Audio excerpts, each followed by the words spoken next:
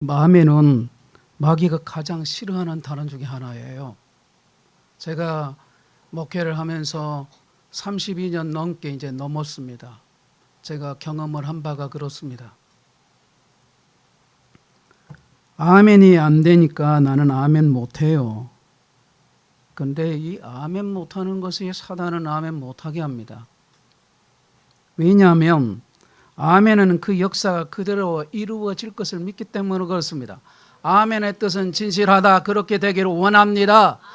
하나님 말씀대로 되기를 원합니다라고 하는 그 신앙의 고백으로 나의 입으로 신하여 구원에 이르는, 마음으로 믿어 의에 이르고 입으로 신하여 구원을 얻는다고 하신 말씀을 이루게 하니까 나의 입술로 내가 그렇게 되기 원합니다. 주님 말씀하신 대로 이루어지기를 원합니다. 이게 아멘이거든요.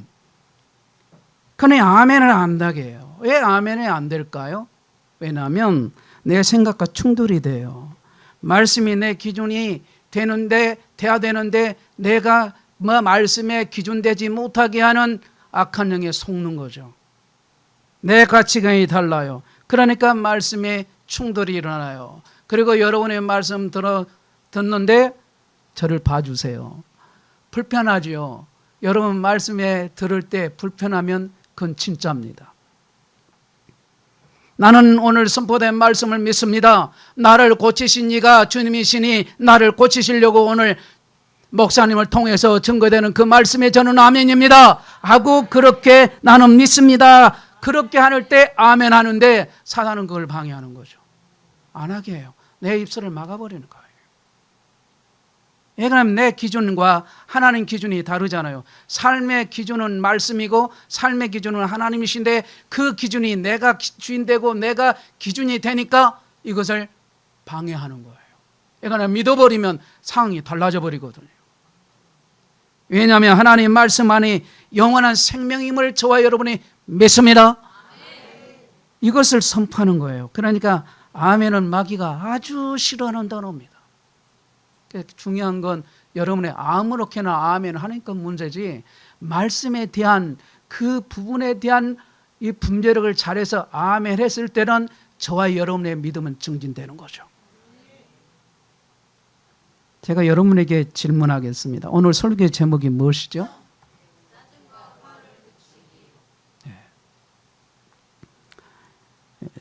대구 동성교회 올러운 목사님이시고 총신대 교수님이었던, 또 지금은 우리 백석대학에서 석자 교수님으로 계시는 권성수 목사님이 쓴 고통의 은총이라고 하는 책이 있습니다.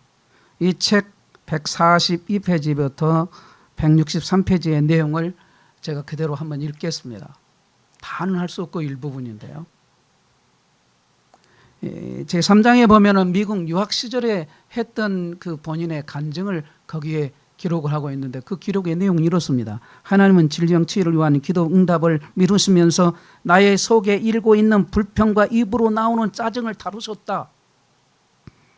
하나님은 그런 상황 속에서 내 마음에서 불평이 나오는지 안 나오는지, 내 입에서 짜증이 나오는지 안 나오는지 시험하였다. 내 불평과 짜증이 마치 짜내면 다시 올라오고 짜내면 다시 올라오는 물집 같았다. 불평과 짜증이 끊임없이 내 속에서 올라와서 입으로 나오는 것이 스스로도 혐오스럽다. 하나님은 내가 짜증을 부리거나 더러운 생각하거나 악한 생각을 하면 여지없이 자동차 사고를 나게 하셨다. 하나님이 이 정도 생각은 봐주시겠지 싶어도 하나님은 영락없이 자동차 사고로 내 정신을 차리게 하셨다. 하나님은 급히 나면 일어나는 자동차 사고를 통해 내 입에서 불평을 떠나게 하셨을 뿐만 아니라 아예 마음에서부터 일어나지 못하도록 나를 스스로 내셨다. 하나님은 내가 일체의 악한 생각이나 더러운 생각하지 못하도록 철저하게 훈련을 시키셨다. 하나님의 훈련을 상당히 오래 받은 어느 날 퍽 하는 소리와 함께 내 자동차가 뒤흔들고 내 목이 뒤틀린 것 같았다. 바로 그 순간 나는 훈련받은 대로 하나님 일단 감사하겠습니다. 그리고 입술로 하나님 감사합니다. 일단 감사합니다라는 고백을 했습니다.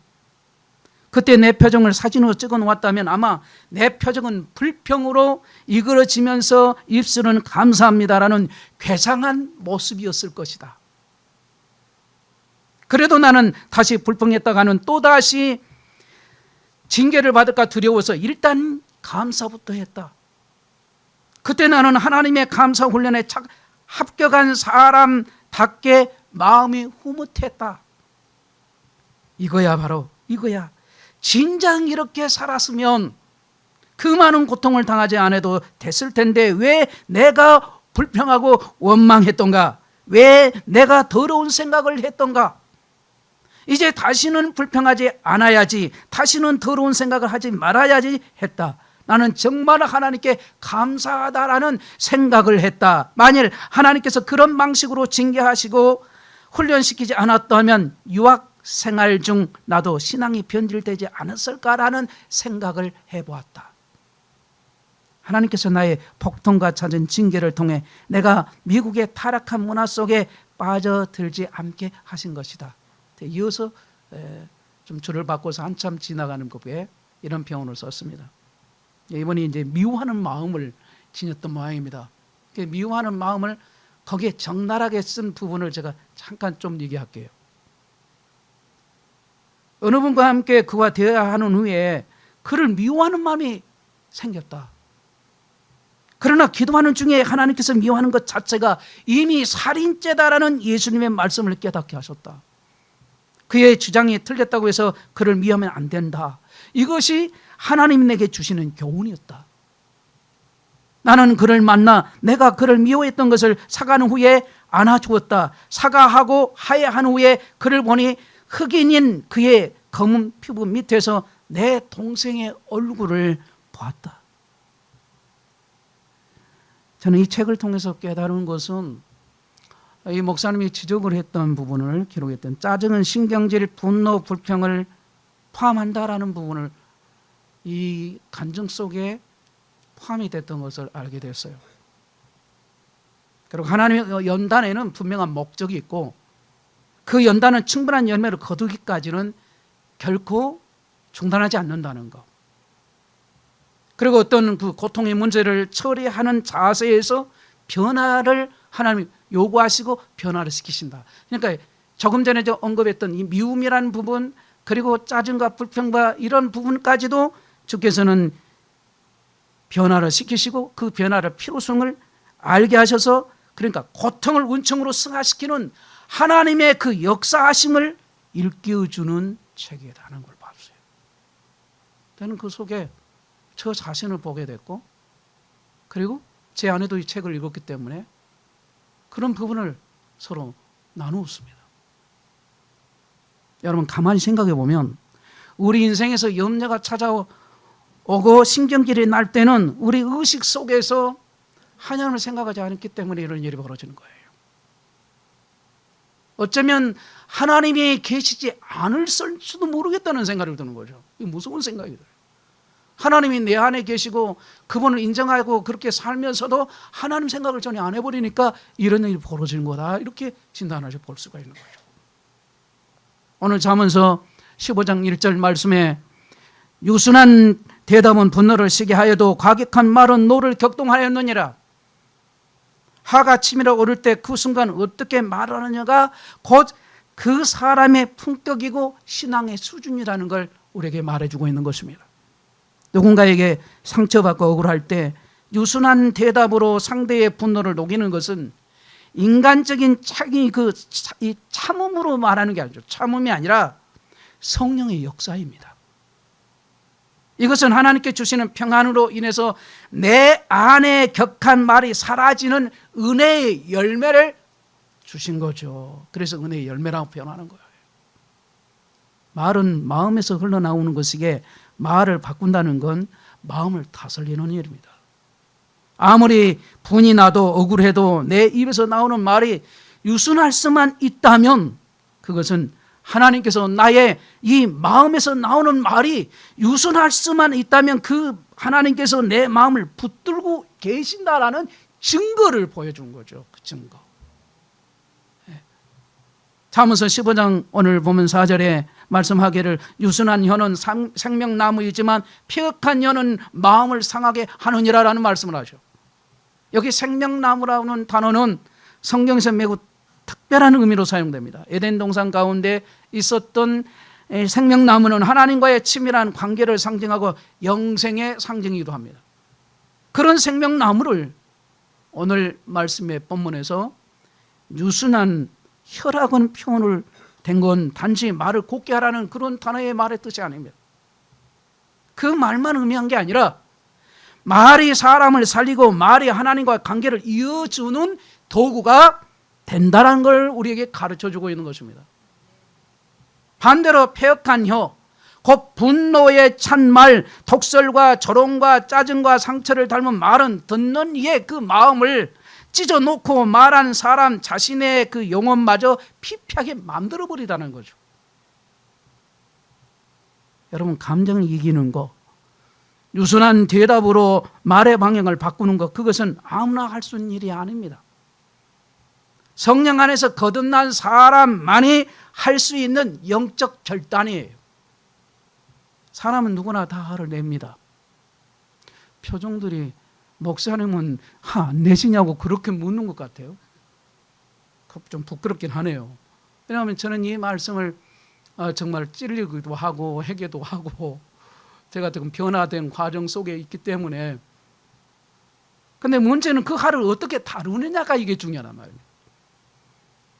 잠언서 29장 11절에 말씀하기를 어리석은 자가는 자기의 노를 다 드러내어도 지혜로운 자는 그것을 억제하느니라, 이렇게 말씀하셨습니다. 그러니까 화를 다 드러낸 거 쉽습니다. 터지는 거, 터트리는 거 너무 쉽습니다. 누구나 합니다. 그러나 그것을 억제하는 건 말씀을 가까이 하는 자, 기도하며 자기 마음을 돌아보는 자만이 할 수 있는 그 은혜의 실천이란 말입니다. 짜증이 나는 그 순간 우리는 마음속으로 유순한 대답은 분노를 쓰게 한다는 이 말씀을, 오늘 일전하신 말씀을 기억해야 돼요. 여러분, 암송하고 마음에 새겨야 할 말씀이에요. 가까운 관계 안에서 나오는 말, 특히 가족에게 툭 내뱉은 말 한마디가 이게 오랫동안 남기도 하고 그날 하루 전체를 망치기도 합니다. 계속해서 생각이 나가서. 그래서 가장 중요한 사람에게 가장 유순한 말이 나가야 합니다. 사실은 가장 소중한 관계에서 가장 지혜로운 혀가 저와 여러분에게 반드시 있어야 돼요. 화를 삼키고 숨을 내쉬고 유순한 대답을 고르는 그 작은 순간이 곧 하나님의 뜻을 이루는 일이 되는 것입니다. 화를 다스리지 못하는 분노의 말과 마음속에 쌓인 불만이 어느 순간에 딱 터지게 되면 평소에 아껴왔던 관계는 그 단번에 다 무너질 수가 있어요.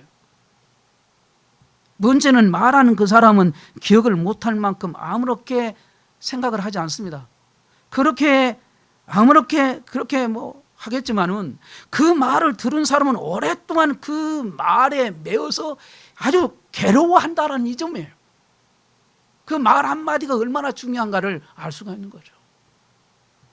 그 안에 있는 마음이 골마버리는 거예요. 마음이 골마버려요. 상처투성이의 말이 되는 겁니다. 잠언서 15장 18절 말씀에 보면 분을 시게 내는 자는 다툼을 일으켜도 노하기를 더디한 자는 시비를 그치게 하느니라. 여러분, 이 말씀은 분을 쉽게 내는 사람은 문제를 해결하지 못할 뿐 아니라 오히려 문제를 키운다라는 경고의 말씀이에요. 반대로 쉽게 화내지 않는 사람, 감정을 한 번 더 삼키는 사람은 시비와 다툼을 멈추게 한다라고 하는 말씀이기도 해요. 약속이란 말입니다. 여기서 중요한 것은 화가 날 때 어떻게 반응하냐, 이걸 말씀해요. 마음속에 일어나는 화를 다루는 방식이 그게 죄가 될 수 있음을 저와 여러분은 다 잊어서는 안 된단 말입니다. 우리가 어떤 이유로든 분노에 빠져서 감정에 따라서 말하고 행동할 때 결국 우리 안의 이 죄성은 그 분노를 통해서 밖으로 다 드러납니다. 그 감정은 결코 하나님께로부터 온 것이 아니며 자신도 모르게 죄의 통로가 될 수가 있단 말입니다. 야고보서 1장 19절에 사람마다 듣기는 속히 하고 말하기는 더디하며 성내기도 더디하라. 이 말씀은 잠언의 지혜와 정확히 일치가 돼요. 듣기보다 말이 빠른 사람, 이런 사람에게 다툼은 피할 수 없는 일상이 되고 말아요. 잠언서 15장은 단지 감정 조절에 대한 가르침이 아닙니다. 관계 회복, 말의 훈련, 그리고 이것이 영적 싸움임을 말씀하고 있는 겁니다. 특히 말이 관계를 막치는 순간 그 안에는 반드시 다스리지 못한 이 분노가 자리 잡고 있다는 사실을 우리 모두는 기억해야 돼요. 우리는 왜 이렇게 쉽게 화를 냅니까? 왜 가까운 사람일수록 쉽게 상처를 주는 말을 할까요?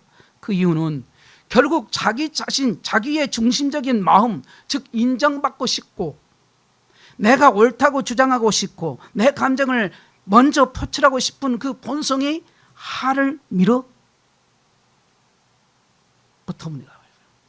밀어버리니까 그게 겉으로 드러나기는.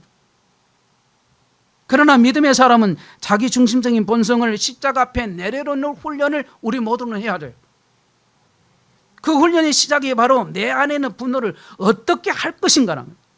잠언서 15장 28절에 말씀하기를 의인의 마음은 대답할 말을 깊이 생각하여도 악인의 입은 악을 쏟느니라.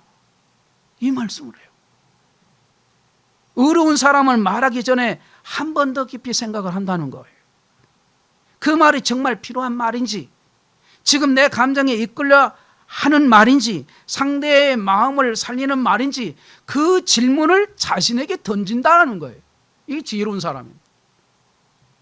반면에 악인의 입은 자기 안에 감정, 판단, 비난을 여과 없이 말로 내뱉었기 때문에 그 말에 결국은 상처가 되고 죄가 되고 불화를 일으키는 그 다툼의 현장이 되어버리고 만다는 거예요. 마음을 가라앉히는 침묵으로 내면의 싸움을 이겨낼 때 비로소 하나님과의 관계가 회복되어지고 나의 입술을 사용해서 생명을 흘러보내는 자로 하나님께서 그렇게 쓰시는 것입니다. 우리 모두 하나님께 쓰시는 하나님의 사람들이 될 수 있기를 주의 이름으로 축복합니다. 여러분, 말 한마디가 회복의 통로가 될 수가 있어요. 사람과 사람 사이에 오가는 말 한마디는 때로는 칼보다 깊게 베고 때로는 손길보다 따뜻하게 위로가 될 수가 있어요. 아무 말도 하지 않는 것이 더 나을 때도 있고 어떤 때는 작게 말 한마디에 그 얼어붙은 그 말 한마디가 얼어붙은 그 분위기와 그 마음을 녹여버리는 거예요. 마음이 상하면 바로 상처 주는 말을 하게 되고 자존심이 다치면 곧바로 독한 말을 내가 뱉어버리는 거예요. 만약에 그게 부부간에 여러분 가정 안에서 일어난다면 이게 보통 심각한 것이 아닙니다. 여러분이나 저나 이 경고의 말씀, 심각한 말씀으로 받지 않으면 안 되는 거죠. 여러분 잠언서 제가 15장을 쭉 말씀을 드릴 거니까 여러분 잘 들으시고 아멘 하고 저와 여러분의 변화되는 역사가 일어나기를 주의 이름으로 축복합니다. 변화돼야 하나님이 내게 말씀하시니 나는 변화하겠습니다. 변화되겠습니다. 이런 마음으로 받는 사람만이 그 사람은 변화가 일어나요. 우리 잠언서 15장 23절 다 같이 찾아 읽겠습니다. 15장 말씀이니까 23절 다 같이. 자, 시작. 사람은 그 입의 대답으로 말미암아 기쁨을 얻나니 때에 맞는 말이 얼마나 아름다운고. 아멘. 자, 여기서 아주 핵심적인 부분에 때에 맞는 말이 핵심이에요. 아주 중요한 말이에요. 말이 아무리 옳아도 선한 의도로 말을 해도 그 말이 나오는 타이밍이 틀리면 마음을 얻기보다는 그 선함은 오해로 거꾸로 이게 뒤집어져 버려요. 예? 뒤엎어지게 됩니다. 그러니까 하나님은 우리의 말이 때에 맞는 지혜로운 말, 감정이 아닌 말씀으로 조율된 말, 그 말에 하시기를 원하신단 말이죠. 그래서 여러분 분노는 판단력을 흐리게 만들어 버려요. 그리고 흐려진 판단은 판단력은 결국 어떻게 될까요?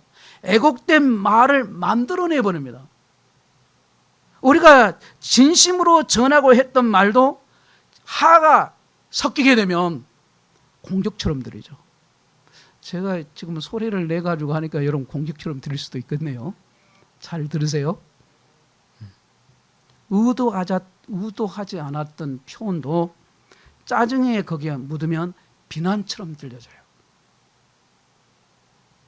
때를 기다리는 말은 상황을 회복시킵니다.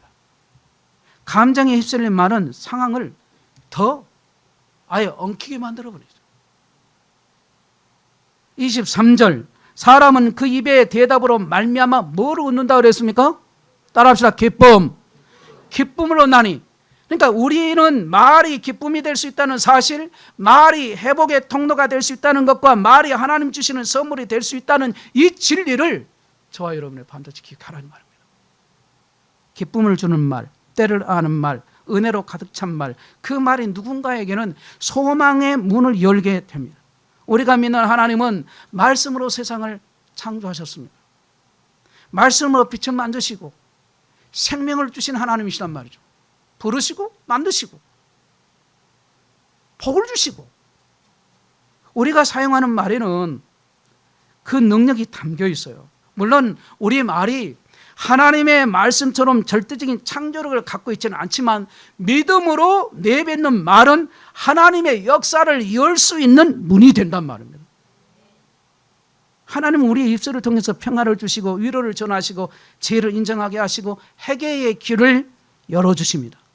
잠언서 15장 오늘 본문 우리가 읽었던 2절의 말씀에 지혜 있는 자의 혀는 지식을 선히 베풀고 미련한 자의 입은 미련하는 것을 쏟느니라. 여러분, 이 말씀 속에 핵심이 있어요. 선히 베푼다는 표현이에요. 진리를 말하되 선하게 사랑으로 전달해라. 지혜는 지식의 양이 아니라 그것을 전달하는 방식에서 드러납니다.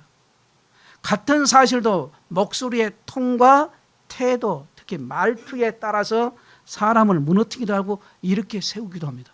똑같은 말을 해도.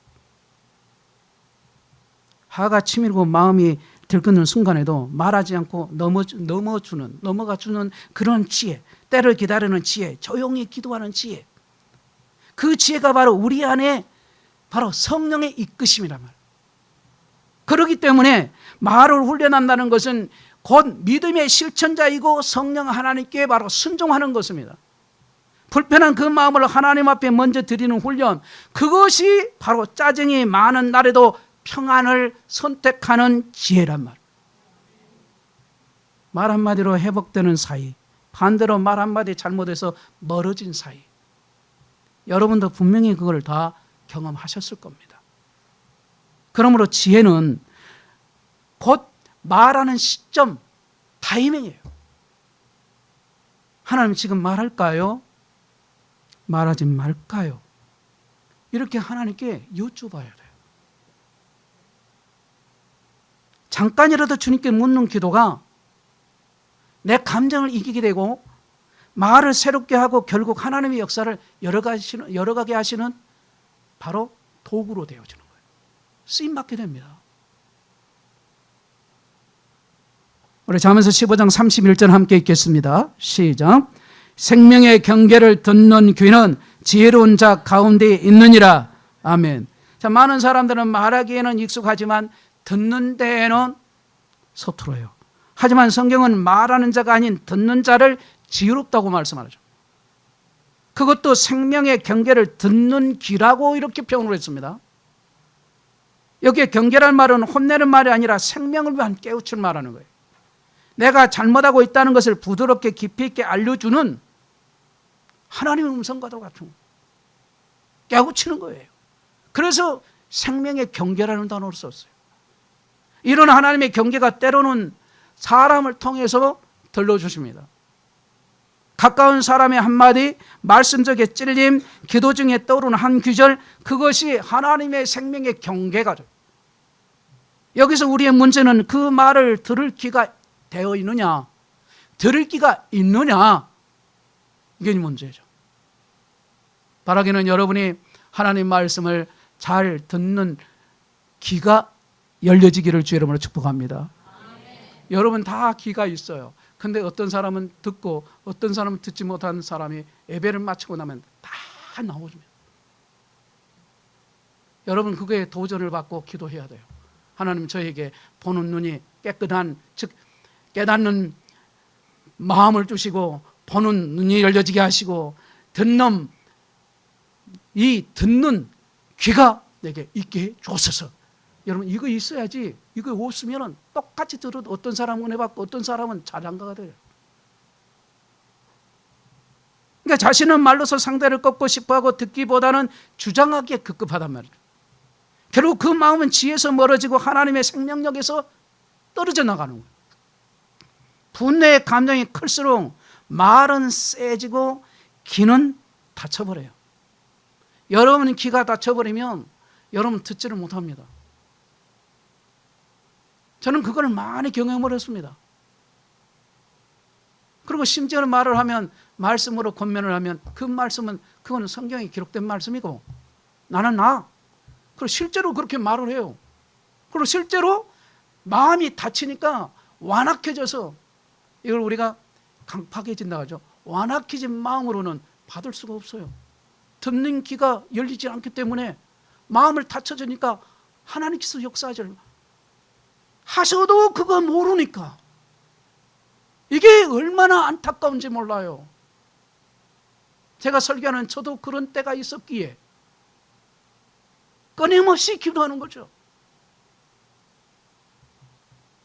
바로 이 지점에서 성경은 듣는 귀의 중요성을 우리에게 말씀해요. 말은 남이 하게 하고 나는 듣는 자리에 있을 때 오히려 내 내면이 가장 단단해져요. 듣는 자는 즉각 반응하지 않고 충분히 숙고하면서 하나님 뜻을 묵상합니다. 그런 사람의 말은 경박하지 않고 고요하고 무게가 있어요.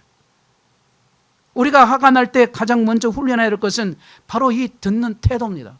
여러분은 지금 제가 전하는 말씀을 여러분 듣는데 이 예배 시간에 여러분 듣는 자의 태도가 바로 돼야 됩니다. 예배자로서 듣는 이 모습이 잘못되어지면 여러분 인생도 삐뚤어집니다. 오늘 여기서 결단해 버리셔야 돼요. 여기서 주님 만나고 가세요. 아멘. 인간은, 우리는 이 예배 한 번 드린다고 뭐 변화되나 그러는데 안 그래요. 저는 그걸 못 겪은 사람이에요. 경험한 사람이에요. 내 인생이 바뀔 수 있어요. 한 번 드렸는데, 한 번 말씀이 들렸는데 그 말씀이 내 인생을 바꿔놔버린 거죠. 저는 다른 사람으로 내가 그랬으니까요. 하나님 은혜로 말입니다. 성경 말씀 한 절, 두 절, 세 절 내 인생을 바꿔놔버리는 거예요. 그런 능력이 하나님 말씀인데 감히 누가 하나님 말씀에 대해서 알바하고 하겠습니까? 잠언서 15장 5절 오늘 본문에 말씀하기를 아비의 흉계를 없이 여긴 자는 미련한 자요 경계를 받는 자는 슬기를 얻을 자니라. 자, 사람은 본능적으로 자기 잘못을 지적하면 변명하기가 쉽고 자기 마음을 방어하고 싶습니다. 그러나 하나님은 경계를 받고 그 말에 귀를 기울이는 자를 뭐라고 표현했습니까? 슬기롭다 표현했습니다. 여기서 말하는 슬기는 하나님께로 향한 겸손한 마음을 가리켜서 쓰는 단어예요. 다시 말해 하를 다스리는 말의 시작은 하를 다스리는 귀부터 시작된다는 겁니다. 많은 이들이 화가 나면 먼저 말부터 하죠. 하지만 성경은 귀부터 준비하라고 그래요. 나는 듣는 귀를 가졌는가? 지금 나는 상대방의 말에서 하나님의 음성을 들을 자세가 되어 있는가? 여러분 들을 자세가 있습니까? 하나님의 음성을 들을 자세를 가지고 있단 말이죠. 여러분이 오늘 예배 드리기 전에 그 기도를 하셨습니까? 하나님 오늘 하나님 말씀을 제가 들을 때 깨달음의 은혜를 주시고 믿음의 은혜를 주시고 하나님 오늘 만나지 않으면 나는 내 인생은 여전히 나락으로 떨어져서 내 한 번의 예배가 내 인생을 바꿔놔야 하는데 이대로는 안 됩니다. 그런 절박한 마음으로 이 자리에 왔냐 이 말은. 부드럽게 해야 되는데 막 소리도 커져버려요. 예. 여러분 분노를 다스리는 첫 번째 문이란 말입니다. 마음을 닫혀버리면 어떤 죄도 마음에 스며들지 않아요. 어떤 사랑도 전해지지 않습니다. 마음의 문이 열리는 건 결국 듣는 귀를 통해서입니다. 우리의 삶에 가장 가까운 관계는 가족이고 친구이고 동료들이에요. 이들로부터 오는 말은 때로는 불편하고 충고처럼 들릴 수 있습니다. 충고처럼.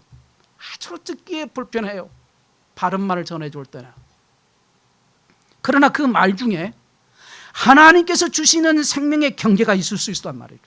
여러분, 짜증과 화로 그 말을 밀쳐내지 말고 잠시 멈춰서 하나님의 뜻을 묻는 마음을 가져야 돼요. 저분이 나에게 가장 가까운 사람인데 내 어머니 아버지가 지금 말씀하시는데 내가 지금 듣기에 거북스럽고 왜 나에게 내 인생에 내가 살면 되지 왜 나에게 간섭하느냐고 이렇게 말하기 전에 하나님, 제 어머니 아버지를 통해서 지금 저 얘기를 하시는데 하나님 무엇을 제게 깨닫게 하시려고 하십니까? 저에게 깨달음의 은혜를 주세요. 그렇게 물어보세요. 틀림없이 하나님 역사하시는 것을 알 수가 있어요. 그러면 그 불편한 말이 오히려 나를 살리는 도구가 되고 나를 바꾸는 계기가 되는 거예요. 여러분들의 듣는 귀가 그냥 생기지 않습니다. 기도의 자리에서 생기고 말씀 앞에 무릎을 꿇을 때 생겨요. 내 주장보다 하나님의 뜻을 우선하게 될 때, 내 감정보다 하나님 능력의 말씀을 신뢰할 때 그제야 내 귀가 열리게 되고 내 마음이 유순하게 되는 거예요. 그때부터 저와 여러분의 말이 바뀌기 시작하는 거예요. 말의 분위기가 바뀌고 단어의 선택이 달라지고 말의 표현, 그 태도가 온유함이 묻어나오게 돼요. 그렇게 우리의 말은 하나님의 통로가 돼서 누군가를 회복시키는 능력이 됩니다. 그래서 여러분과 저를 가리켜서 예수 믿는 사람을 통해서 뭐라고 말합니까? 당신은 축복의 통로란 말을 쓰잖아요.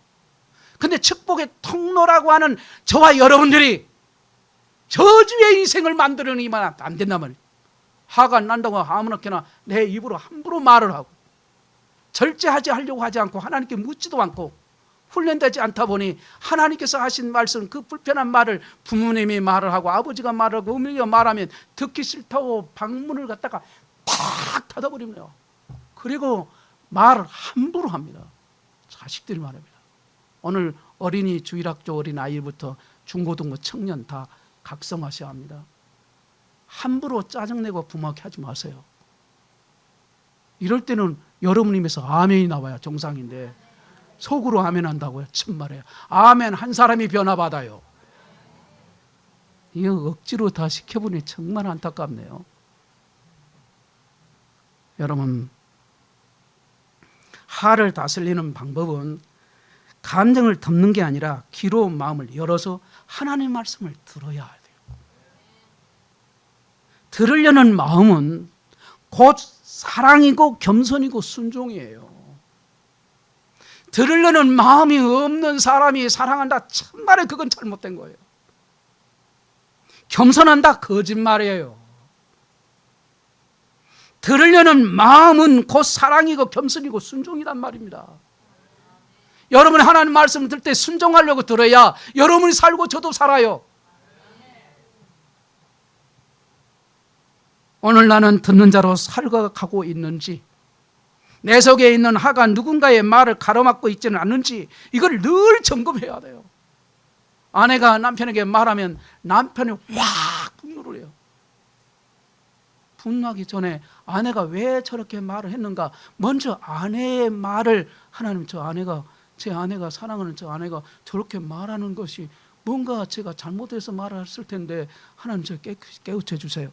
그런데 그것도 묻지도 않고 거기서 대판, 너 그렇게 말했으니까, 그러면서 입에서 야! 반말부터 시작을 해서 반말로 끝나버리고 거기까지 좋았는데 끝에 가서 욕을 해봅니다. 욕이 뭐예요? 저주. 따라합시다. 욕은 저주다. 그러니 부부간에 완전히 마귀의 놀이터가 되어서 행복을 깨버리는 거예요. 그 말 한마디가. 물론 서로 잘했다는 말을 제가 하고 있는 게 말이 아니에요. 잘못을 오늘 그런 분이 계시면 회개해야 될 줄로 믿습니다. 듣는 훈련 없이 온전한 말의 변화는 일어나지 않습니다.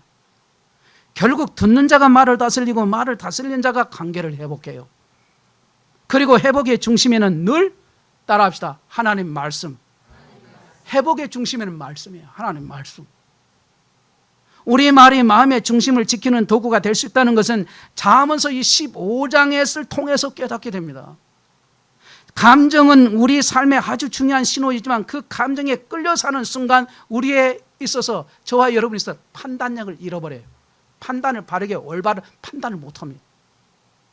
특히 분노라는 감정은 조용히 다가와서 어느 순간 이 마음을 휩쓸고 그 감정에 따라서 말과 행동이 이어질 때 관계는 쉽게 파괴되어 버리는 겁니다. 근데 이 관계 파괴라는 장본이 누구냐? 사단이 꼭 관계를 파괴시키는 겁니다. 여러분 이걸 아셔야 돼요. 부부간에 그 사랑해서 결혼했는데 파괴가 어떻게 일어납니까? 결국 사단이 공격을 해가지고 넘어지는 거예요. 교회도 지금 우리 교회가 얼마나 아름답게 갑니까? 그런데 어느 한 사람이 서로 시기하고 질투하고 여기서 이간질 해버리면 어떻게 되는지 아세요? 그러니까 여러분이 칭찬도 잘해야 된다고 지난번에 제가 말씀드렸죠. 칭찬 잘해야 됩니다. 칭찬 잘못하면 그게 독이 돼서 관계를 파괴시키는 걸로 가버려요. 저는 전도사 부교육자 때부터 저는 경험을 했습니다.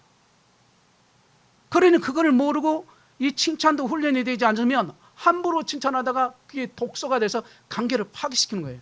사단은 그걸 노리는 겁니다.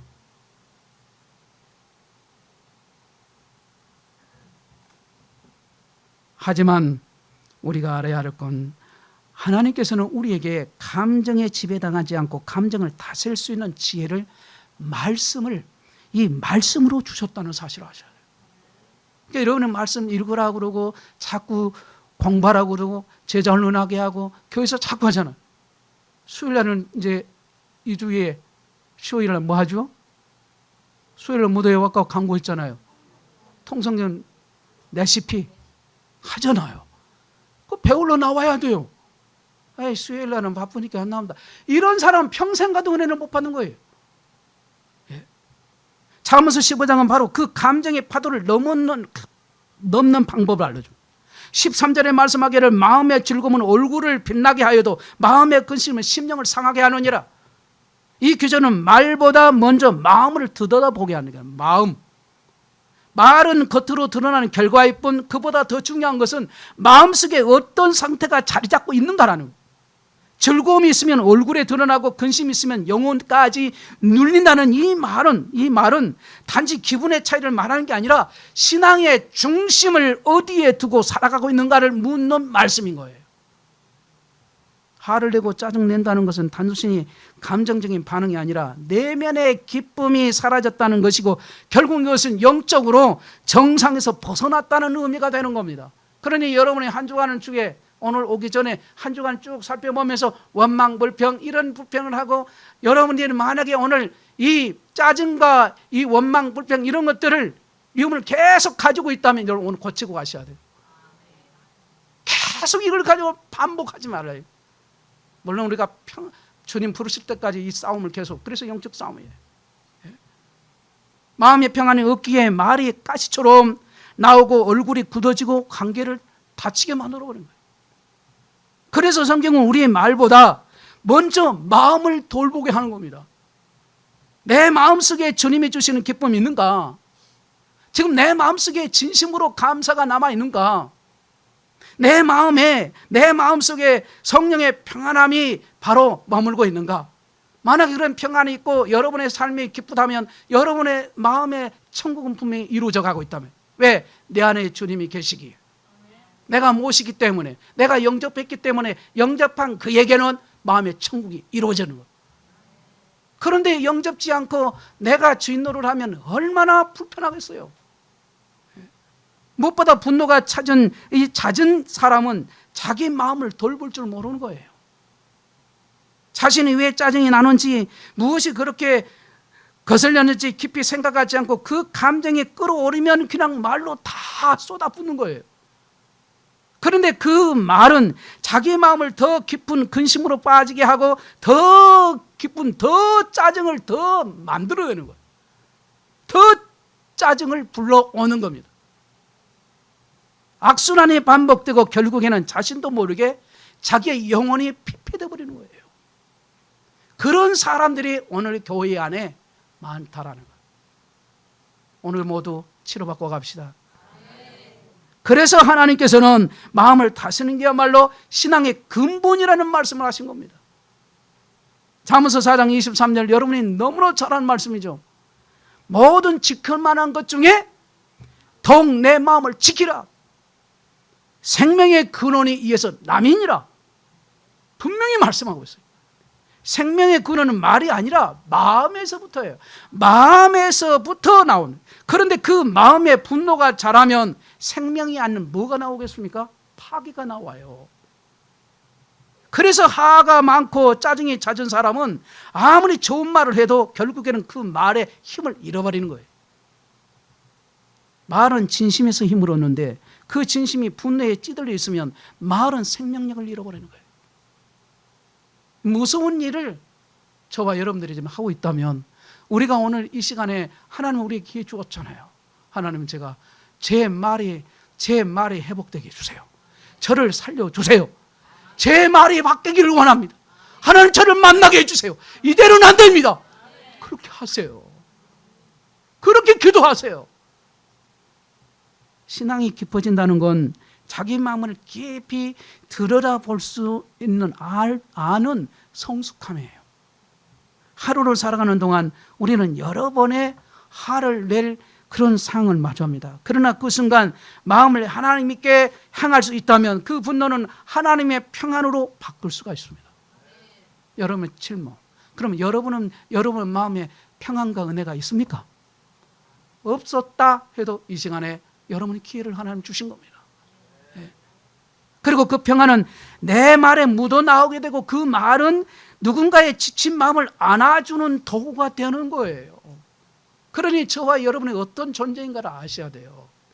나라는 사람은 하나님이 나를 사랑하시고 부르셔서 선택해 주시고 나 같은 죄인을 구원해 주신 하나님께서는 병든 내 마음을 고치시고 다른 사람을 살리라고 주신 이 은혜를 주셨는데 내가 하는 말을 그것 때문에 다른 사람을 오히려 죽게 만든다면 그걸 누구의 책임을 돌리겠냐 말이죠. 짜증과 화가 많은 날일수록 더 깊이 말씀을 묵상하십시오. 내 안의 기쁨이 회복될 때 여러분 그때 말도 회복되는 거예요. 말이 회복되면 관계가 살아나고 관계가 살아날 때 하나님의 은혜는 공동체, 즉 애원의 공동체 안에서 흘러가는 거예요. 감정을 다스린다는 것은 인내의 문제가 아니라 여호와를 경외하는 자의 삶의 태도인 겁니다. 다시 반복.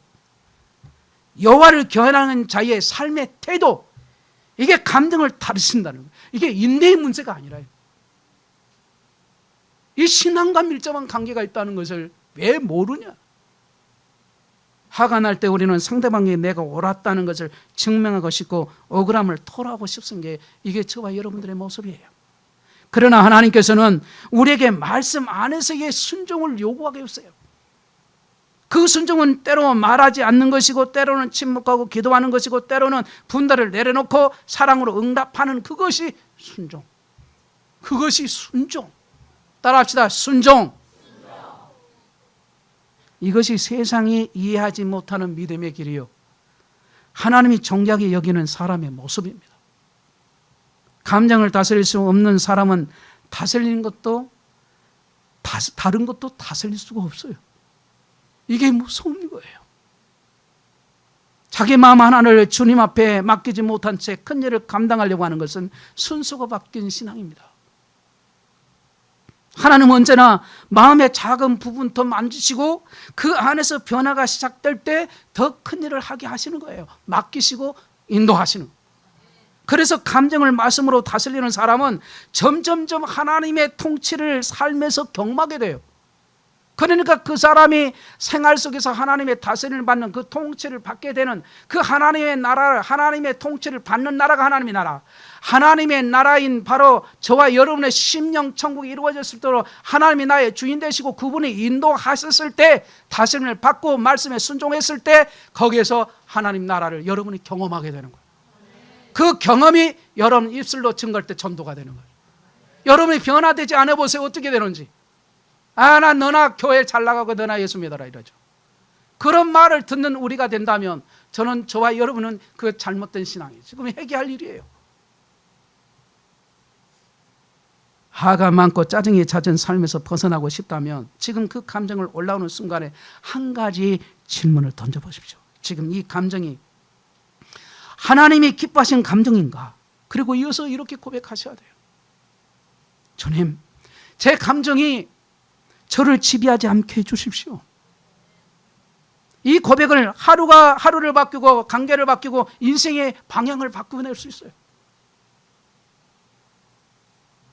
성령은 감정을 숨기라고 하지 않습니다. 다만 그 감정이 죄로 흐르지 않도록 우리를 도와주시죠. 그것이 바로 성령의 인도하심이고 신앙의 성숙이에요. 우리가 누군가를 설득하고 하나님의 뜻을 전하고 싶다면 특히 가정에서 복음을 전할 때 먼저 말의 태도를 점검해야 돼요. 교회에 가야 한다는 말을 화내면서 말하지 마십시오.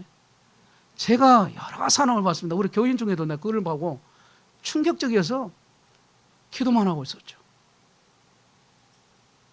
교회에 가야 한다는 말을 하면서 예수 믿으라 하면서 소음기를 내는 거예요. 막 부드럽게 말해도 될 것을 옆 사람에 말합시다.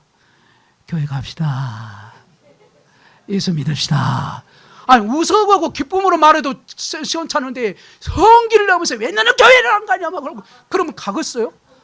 여러분 같으면 가겠냐고요.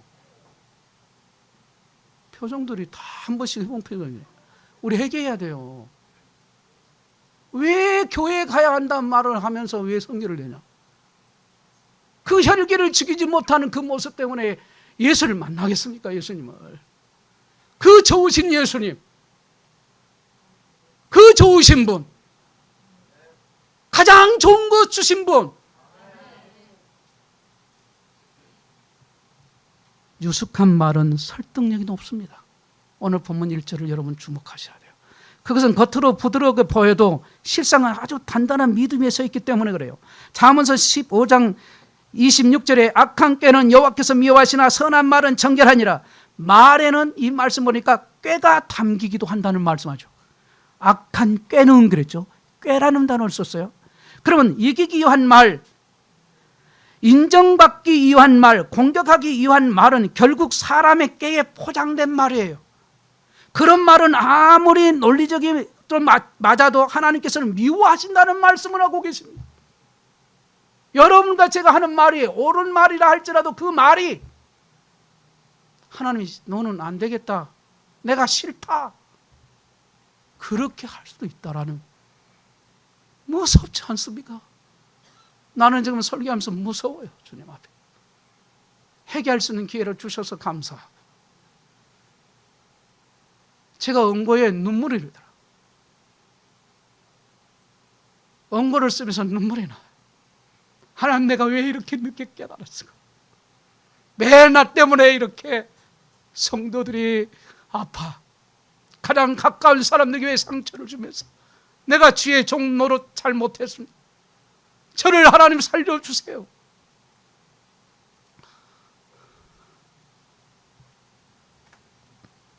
여러분, 제가 지금까지 계속 예배에 대해서도 얘기하고 있지, 한부 사실을 보면 마음을 건드는 거예요. 마음을 얘기하고 있어요. 여러분, 제가 매주마다 지금 몇 개월 정도 쭉 할 때 여러분 키포인트 설교에 제가 마음을 계속 얘기한 겁니다. 내가 뭘 해라 하는 그 부분에 앞서서 바로 마음을 고치지 못하면, 마음이 달라지지 않으면, 하나님 은혜를 받지 않고 하나님의 은혜를 누리지 못하면, 그 마음을 고치지 않으면 절대 바른 예배자가 될 수 없고, 말씀 들을 귀가 열리지 않기 때문에 듣는 자에도 이게 허공의 메아리에 지나잖아요. 이 변화되지 않는 모습을 계속 가지고 나서 어제의 잘못을 오늘도 똑같이 죄를 범하고, 똑같이 열기는, 똑같이 짜증내고, 왜 자녀에게 짜증을 내고, 그럼 왜 짜증을 냅니까? 이건 내가 원하는 대로 하지 않는 내 기준을 넘지를 않으니까, 내가 기준을 설정을 해놓고 거기에 도달하지 않으니까 성기를 내는 거예요. 화를 분노내고. 좀 부족해도 봐주고, 좀 안아주고 넘어가면 좋을까? 계속해서 그렇게 했잖아요. 누가 변화되겠습니까? 여러분, 선한 말은 곧 정결한 마음에서 나온 말이기에 하나님께서 기뻐하시고 그 말은 듣는 사람의 마음을 살리는 도구가 되는 겁니다. 아멘. 이럴 때는 저와 여러분이 아멘 하셔야 돼요. 내가 하는 이 말이 하나님께서 다른 사람의 마음을 살리는, 그 영혼을 살리는 말을 하게끔 해서 그 사람을 살리는 도구로 나를 쓰시는 그런 도구가 되는데, 반대로 사단이 쓰는 도구가 됐을 때는 어떻게 되냐 말이에요. 말이 정죄다라는 건 말하는 이의 마음이 먼저 깨끗해야 되는 거예요. 내 말이 하나님 앞에서 부끄럽지 않아야 비로소 그 말은 은혜가 됩니다. 은혜가. 말하고 싶은 걸 참는 것은 어렵습니다. 그러나 그 어려운 일을 해낼 때 성령의 열매는 마음속에서부터 자라요. 관계를 회복하고 싶다면 저와 여러분의 말이 바꾸어야 합니다. 아멘. 이게 기도해야 할 일이에요. 상처를 위로받고 싶다면 말의 그 방향을 바꿔야 합니다. 나를 변호하려는 말에서 벗어나서 상대를 품으려는 말로 바꾸는 순간 하나님께서는 역사하기 시작합니다. 내가 변화되고자 하는 마음 결정을 하고 결단했을 때 일어나요. 딸에게 너는 왜 그러냐고 그렇게 말하면 딸이 변화되겠습니까? 나라도 안 변하겠어요. 나라도 안 변하겠어요. 우리는 입술로 찬양하죠. 그런데 평소에는 그 입술로 얼마나 쉽게 짜증, 원망, 비난, 시비를 쏟아냅니까? 찬양하는 입술이 되기 위해서는 평소에 그 말이 정결해야 돼요. 정결해야 됩니다. 입에서 나오는 말, 그 찬양이 하나님께 올려드리는 예배의 일부분인가를 여러분 아십니까? 지금 찬양대 오늘도 찬양하는데 여러분 여러분 찬양하는 걸 여러분 누구에게 인정받고 싶고 여러분 잘하고 싶고 물론 그 마음이 없으면 안 되겠지만 하나님께 하는 거잖아요. 사람에게 하는 게 아니잖아요. 내가 지금 찬양을 부르는 찬양되면 찬양대의 그 대원들이 부르는 찬양은 하나님께 하는 거예요. 그러니까 하나님께 하는 그 사람, 그 성도는 변화돼야 됩니까? 안 돼야 됩니까? 돼야지 않아요. 하나님 저를 변화시켜 달라고 해야 되잖아요. 그리고 내가 하는 그 찬양의 가사가 내 신앙이 되고 내가 먼저 그렇게 변화되는 그 사람이 찬양을 들을 때 우리 성도들이 바뀌어요. 찬양의 위력이 있단 말이에요. 어둠의 세력이 떠나버리는 거예요. 그게 영감 있는 찬양을 표현하는 거죠. 우리는 매 순간 온유한 말의 예배자예요. 예배자가 되어야 되는 거예요. 부드러운 온유한 말은 말하는 내 자신을 먼저 내가 하면서 내가 변화가 되는, 부드럽게 말하려고 노력하는 순간 내 안에 이 분노가 가라앉고 감정의 파도가 잠잠해지는 경험을 하게 됩니다. 여러분 이번 주 한 주간에 한번 해보세요. 틀림없이 그렇게 돼가요. 말을 다듬는 과정은 곧 마음을 다듬는 과정이고 그 마음은 곧 하나님께 향한 순종의 길이 되는 겁니다. 그래서 말은 믿음의 도구고 말은 신앙의 성숙들을 드러내는 척도입니다. 말의 분위기 이 하나에 누군가는 살아나고 누군가는 무너져요. 둘 중에 하나입니다.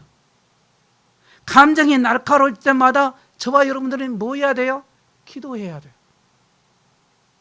하나님 제가 말할 때 온유함을 잊지 않게 해주세요.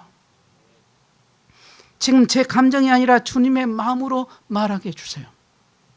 그 기도가 반복되다 보면 저와 여러분의 말은 조금씩 변화되기 시작합니다. 그리고 그 말이 나를 세우고 가족을 살리고 하나님께 영광을 돌려요. 여러분에게 지금 소두에 아멘을 하라고, 아멘은 사단이 가장 싫어하는 단어라고 표현한 줄 아십니까? 여러분 고린도후서 1장 20절을 보면 아멘하여 하나님께 영광을 돌리라고 그랬어요. 아멘을 해도 되고 안 해도 되는 게 아니에요. 여러분 말씀에 대한 부분을 내가 하나님 말씀을 제가 그렇게 고치겠습니다라고 아멘 했을 때는 변화의 역사가, 성령 하나님은 그 사람의 역사가 그 사람 속에 역사하신단 말이에요. 그런데 우리는 입 다물고 절대 아멘 안 해요. 하나님 말씀을 해도 아멘하고 기도를 해도 아멘 안 해요. 그렇게 제가 살고 싶습니다 그러고 앞에서 기도해도 아멘을 안 하고 입 딱 다물고 있고 졸고 앉아있다면 그 영혼은 언제까지 변화가 되지 않고 그렇게 있겠어요.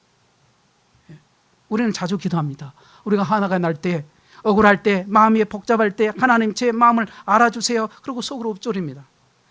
특히 분노와 짜증이 치밀어 오를 때 입을 열어드리는 기도는 단지 감정을 가라앉히는 수단이 아니라 삶을 바꾸는 전환점이 될 수 있는 거예요. 잠언서 15장 8절, 오늘 본문에 읽지 않았지만 오늘 말씀 15장 8절을 보면 이렇게 말씀하죠. 악인의 제사는 여호와께서 미워하시나 정직한 자의 기도는 그가 기뻐하시느니라. 여러분, 이 규절은 마음 상태를 말하는 규절이에요. 정직한 자의 기도란 말은 위선이 없이 자신의 내면을 그대로 하나님 앞에 드리는 걸 가리키는 겁니다. 감정이 있는 그대로, 분노가 있는 그대로, 억울함과 혼란이 있는 그대로 주님께 고백하는 거예요. 하나님은 우리가 감정을 감추고 억누르기보다 그 감정 속에서 주님을 찾기를 원하신단 말입니다. 그리고 그 찾는 형태가 바로 기도예요. 분노가 올라올 때, 짜증이 터져갈 것 같을 때 말을 뱉기 전에 먼저 입을 닫고 마음에 그 마음으로 기도로 시작하는 사람은 자기 감정을 성령께 맡기는 사람이에요. 잠언서 15장 29절에 이렇게 말씀합니다. 여호와는 악인을 멀리하시고 의인의 기도를 들으시느니라. 여기서 악인이란 말은 악인이란 죄를 짓는 사람만이 아니라 더 나아가서 자신의 감정에 휘둘리며 하나님 뜻을 거스르는 삶, 악을 선택하는 모든 이들을 가리켜서 쓰는 단어입니다. 감정에 이끌려 말하고 행동하고 판단하는 삶은 하나님과 멀어질 수밖에 없습니다. 그런데 당사자는 하나님과 멀어지는 것을 모르고 사는 것이 너무 안타까운 거예요. 그게 슬픔이에요. 내가 중심이 되면 억울함이 먼저 나오고 감정이 앞서서 말이 나가지만 하나님이 중심이 되면 내 감정보다 하나님 뜻이 우선되기 때문에 입술에서 나오는 말이 달라져요.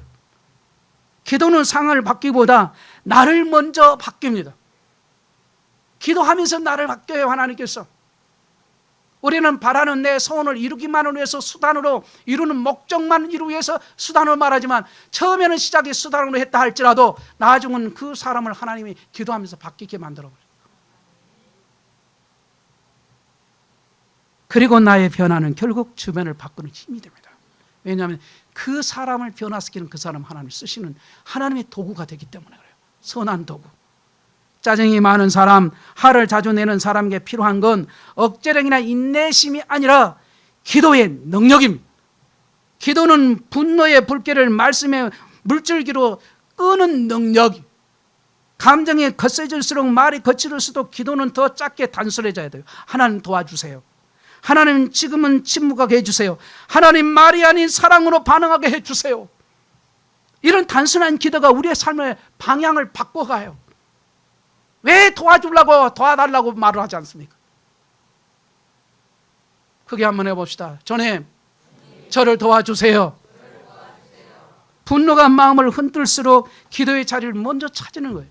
왜 기도를 싫은 죄를 계속 범하십니까? 기도할 거리가 없다고요? 이게 얼마나 불행한 일입니까? 여러분, 기도의 자리를 먼저 찾아올 때 거기에 진짜 평화가 일어나요. 말씀 맺겠습니다. 정직하게 말하는 것은 어떤 말을 할지, 어떤 말을 하지 않아야 할지를 분별하는 지혜도 거기에 포함되어 있어요. 모든 말을 다 털어놓는 것이 정직이 아니라 말할 때와 장소, 상대의 마음을, 상태를 분별하면서 거짓 없이 말하는 것이 성경적 바로 정직함이에요. 사람은 진실한 말에 마음을 엽니다. 이유는 진실은 사랑의 언어이기 때문에 그래요. 하나님 말씀도 그렇습니다. 때로는 날카롭게 느껴지고 나를 찌르는다는 그 찔림이 있지만 그 안에 거짓이 없고 사랑이 있기 때문에 우리는 말씀 앞에 내 마음을 열고 정직하게 기도를 하게 되는 거예요. 그 단계까지 가야지 가만히 있으면 안 돼요. 하나님, 제 입술에 진실을 주시고 정직한 말로 사랑을 전하게 해주십시오. 왜 이런 기도를 하지 않냐 말이죠. 화를 참는 일은 단순히 인내의 문제가 아닙니다. 마음 깊은 곳에서부터 하나님의 다스림을 따르는 선택이에요. 의인의 마음은 담대하, 즉 대답할 말을 깊이 생각하고 지혜로운 자의 혀는 지식을 선히 베풀며 듣는 길은 생명의 경계를 알아듣는다고 했으니 화내지 않기 위해서 잠시 침묵한 그 시간이 오히려 성령의 조명을 받는 시간이 되고 그로 인해서 더 큰 깊은 분별력이 생기는 그런 기회가 될 수 있다는 말입니다. 악인의 제사는 하나님이 미워하시지만 정직한 자의 기도는 기뻐하신다고 하셨습니다. 감정을 다스리고 침묵하는 기도는 하나님의 임재를 경험하는 시간이 되고 감정 자체를 주님께 올려드리는 거룩한 고백이 되는 그런 정직한 기도가 회복되는 거예요. 우리 모두 회복되기를 주님으로 축복합니다. 말씀을 따라 파괴적인 감정을 다스릴수록 마음은 깊어지고 영혼은 성숙해지고 내면은 단단해지고 감정을 따라 살던 사람에게 성령을 따라 사는 사람으로 변화되어지게 되는 것임을 여러분과 제가 믿고 여러분과 저의 삶이 변화되고 짜증보다 감사, 기뻐하고 더 나보다 더 어려움에 처한 사람들을 생각한다면 또 더 나가서는 주님을 생각한다면 저와 여러분이 변화 안 될 사람 누가 있겠습니까? 변화되는 믿음의 사람 될 수 있기를 한 주간도 이 말씀을 붙잡고 여러분의 삶이 하나님을 기쁘시게 하고 하나님께 영광을 드리는 삶 될 수 있기를 주의 이름으로 축복합니다.